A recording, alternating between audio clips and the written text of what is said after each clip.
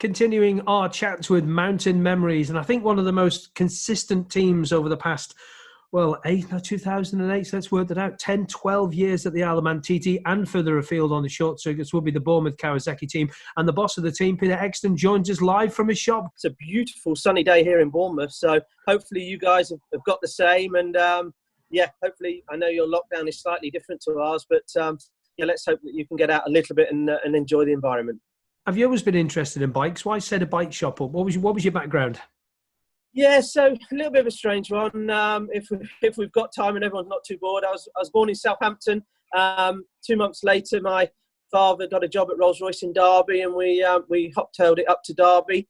And my dad was always into bikes. He rode Southern Centre scrambling, not motocross, scrambling in those days. And we enjoyed going to watch grass track. My dad only had a bike license, so off we went in a Robin Reliant because that's all he could drive. And myself and Mick Extance, a lot of people know Mick. He's got his own off-road schools. He's done Dakars and everything else. And we went off doing trials riding, national trials. So up and down the country, Robin Reliant with a homemade trailer on the back, with his old Bull Taco and Fantics. And that's where it all started. And the love of motorcycling never went away. So unfortunately, my dad passed away in 2000. That's roughly 2 years into having my own motorcycle dealership. Prior to that, I worked at Crescent Suzuki, so a very well-known dealership. 95, I left there, set my own little shop up in Bournemouth.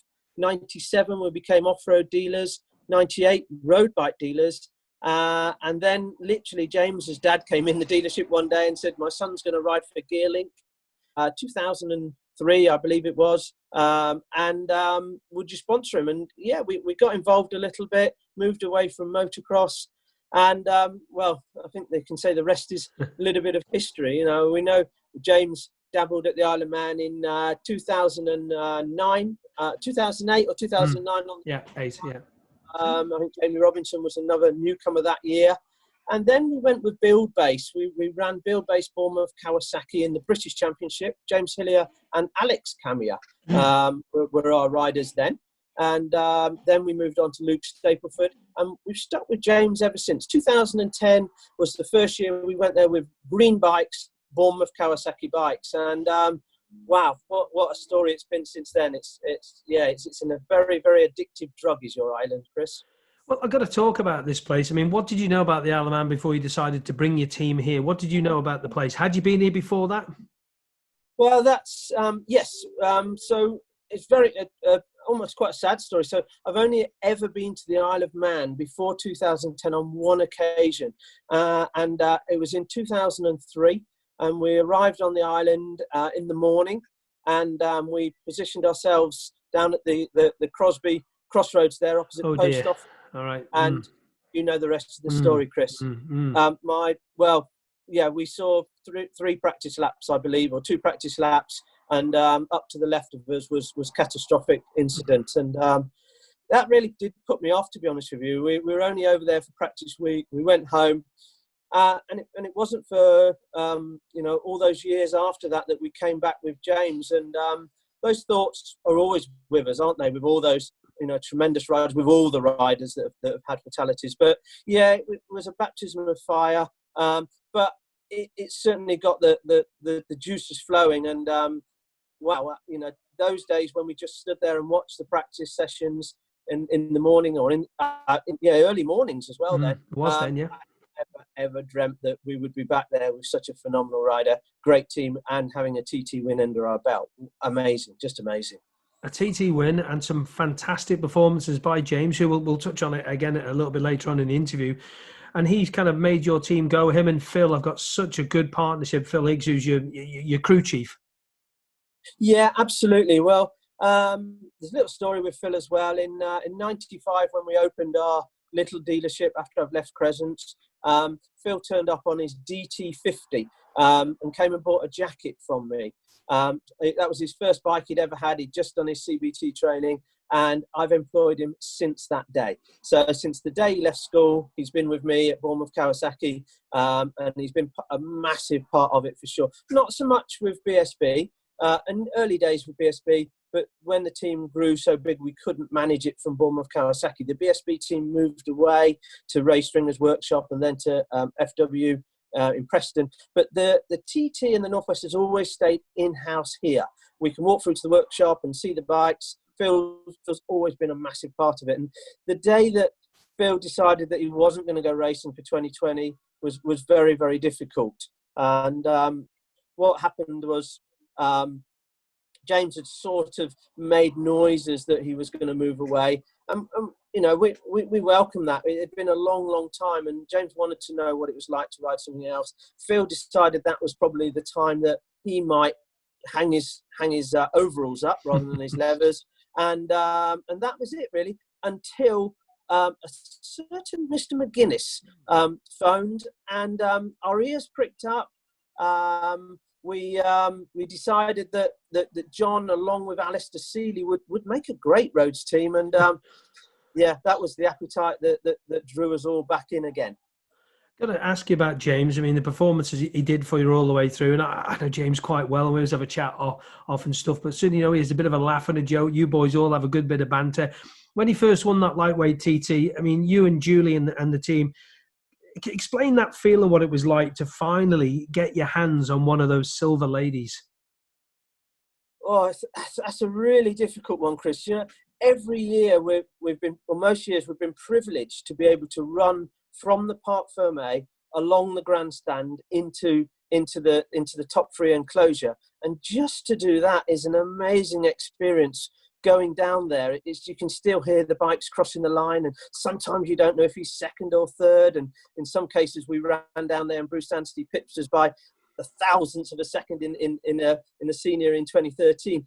So it is an amazing experience. But to think back and see that trophy and James up on there with the scouts and the music, the national anthem, what an amazing experience. You know, that it can only be similar to the day that Leon held the British Superbike Championship, but almost in a different way, because the TT is so special.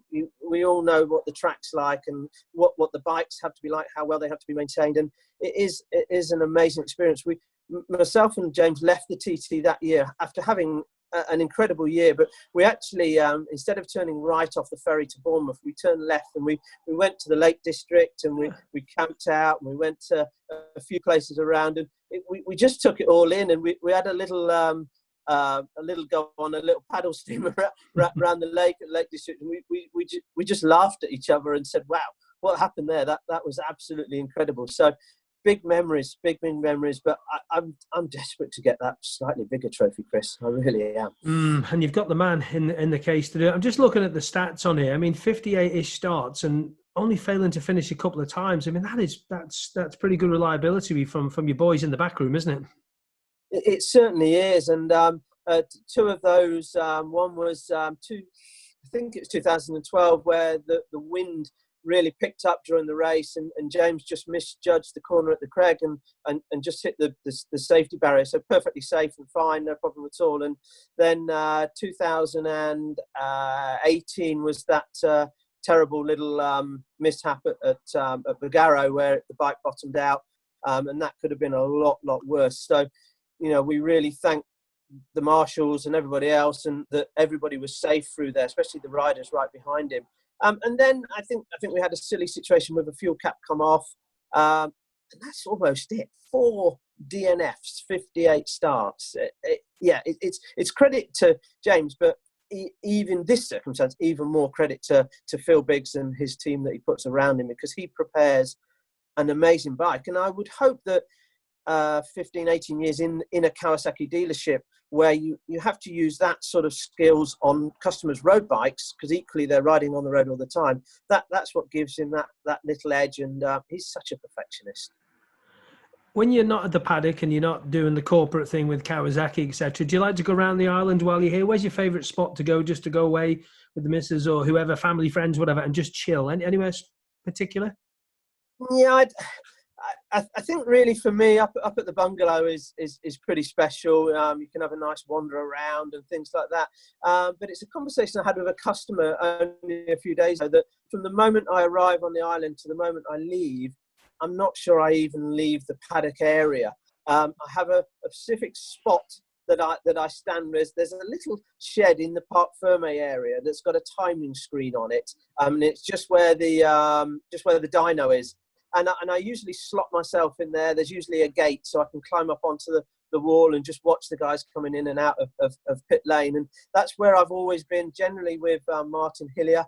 We usually stand there together, and we let the boys do all their hard work, because running up and down with wheels and changing visors and things like that is probably not what I could do particularly well. So that's really where I position myself. But wouldn't it? I'd love to go there and, you know, stand down at the Kawasaki call it the secret garden at Aggo's Leap and things like that.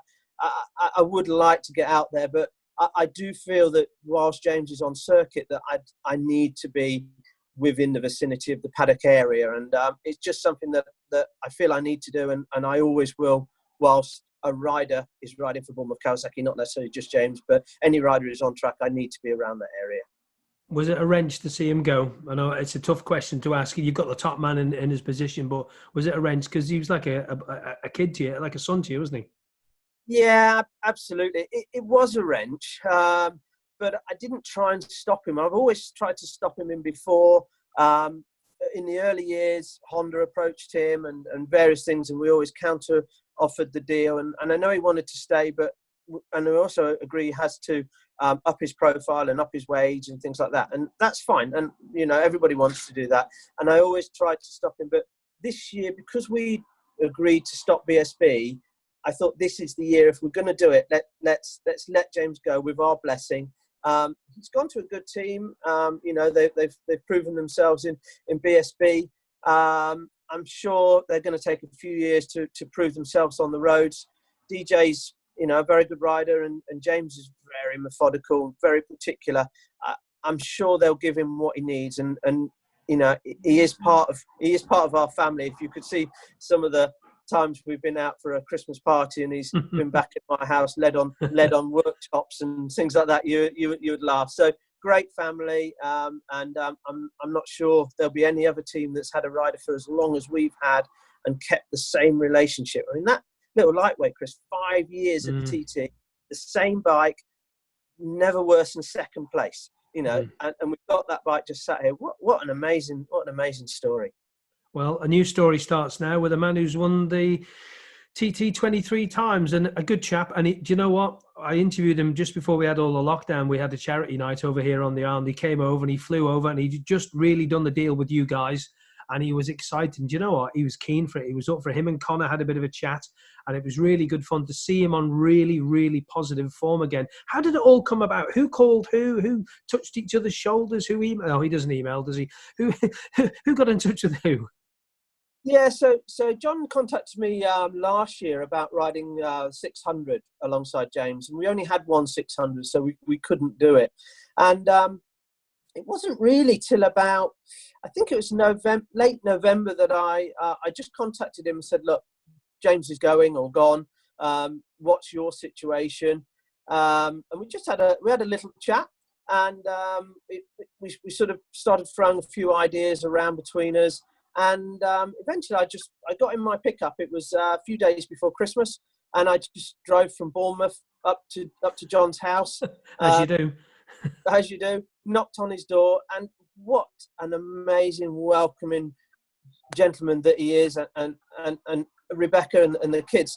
We spent more time bombing around his fantastic house and land, and he was showing me his bikes and his collection, and we had a ride around on his mule, and he just loves life and motorcycle racing. And I don't get starstruck, but I was slightly nervous about going to meet John, because, you know, all through our TT career, John has been the man and still is the man.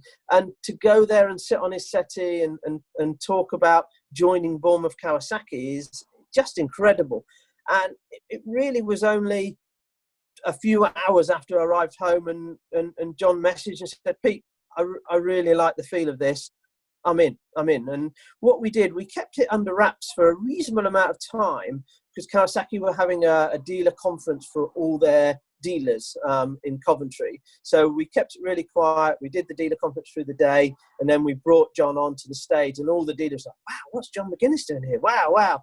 And we introduced him as the new Bournemouth Kawasaki TT rider, and what a reception he got. And he did a great speech. And so he literally arrived a bit early. He went to see Phil in the workshop. They ran through all the bikes, and he was on form. We had a great evening.